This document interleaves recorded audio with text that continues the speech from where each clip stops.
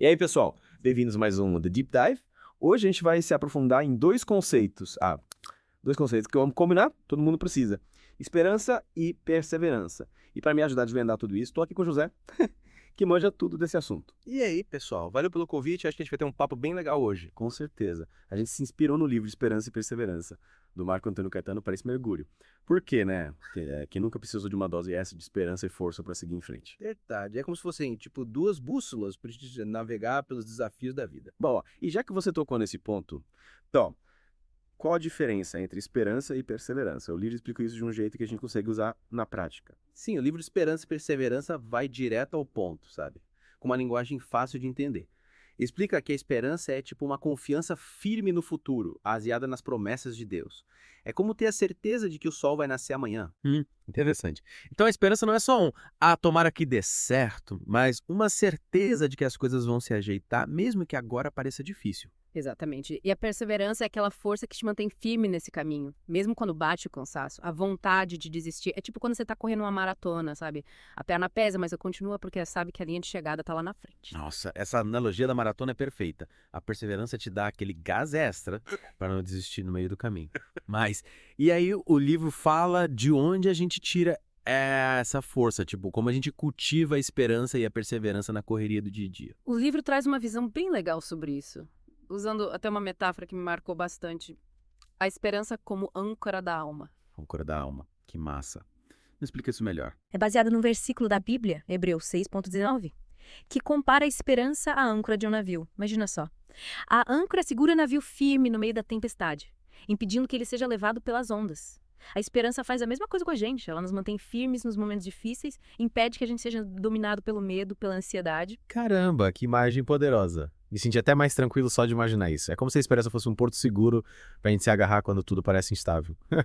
Mas, e você se identifica com essa metáfora? Já sentiu essa força da esperança te ancorando em algum momento difícil? Com certeza. Me lembro uma vez, pessoal, o papo tá tão bom, mas nosso tempo voou. Segura essa curiosidade aí que a gente volta já já, Suré? para continuar desvendando os segredos da esperança e da perseverança aqui no The Deep Dive. Pois é, a gente estava falando da esperança como essa âncora, né? Que nos mantém firmes. E o livro, Esperança e Perseverança, destaca que essa esperança é essa força interior. Não é algo que, tipo, a gente inventa ou força. Ela vem de uma fonte muito maior. Sim, isso faz muito sentido. A gente não consegue simplesmente decidir ter esperança do nada, né? Tem algo mais profundo por trás disso. E o livro explora essa fonte de esperança. Sim, ele vai direto na fonte, por assim dizer.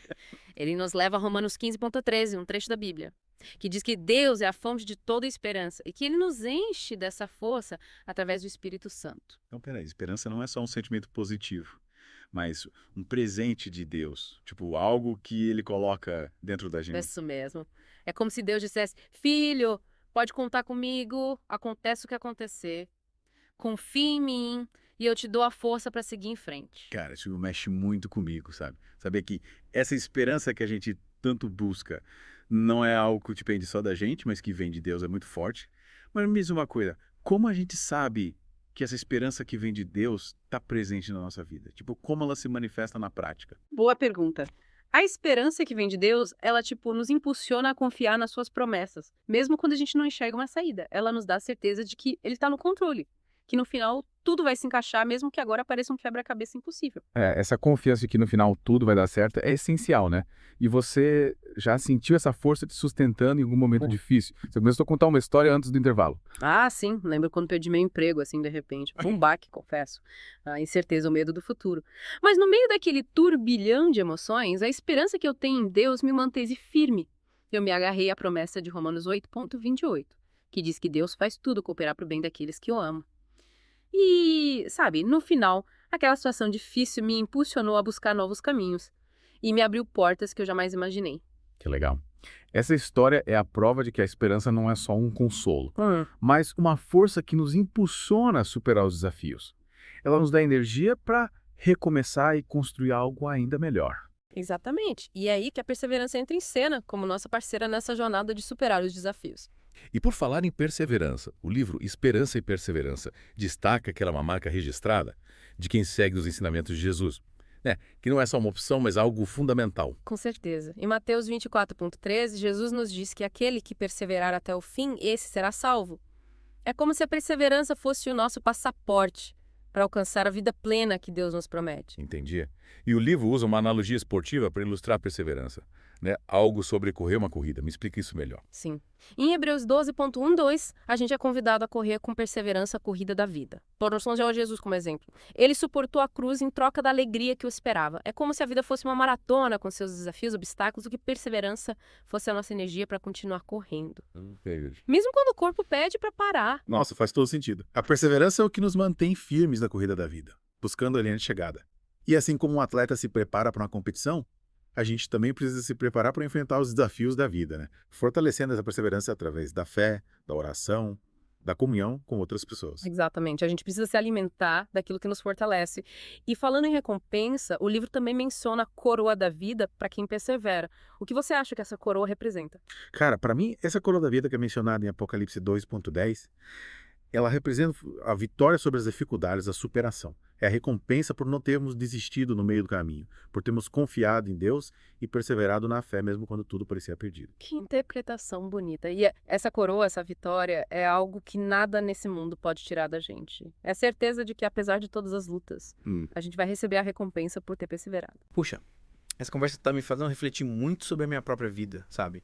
Me mostrando a importância de ter essa esperança e perseverança para seguir em frente, para não desistir dos meus sonhos, dos meus objetivos. E é exatamente isso que o livro nos convida a fazer. Aplicar esses conceitos na nossa vida real, transformar a teoria em prática. E sabe o que é mais legal? A gente sabe que a vida não é fácil, a gente vai enfrentar provações, momentos de dor e dúvida, mas o livro Esperança e Perseverança nos lembra que as provações têm um propósito, né? Que elas não são em vão, com certeza. Em Romanos 5.3-5, Paulo nos diz que as tribulações produzem perseverança. A perseverança produz experiência. E a experiência produz esperança. Ou seja, as dificuldades que a gente enfrenta, por mais dolorosas que sejam, podem nos fortalecer e nos aproximar de Deus. É como se as dificuldades fossem um treino para fortalecer a nossa fé, a nossa esperança e nossa perseverança.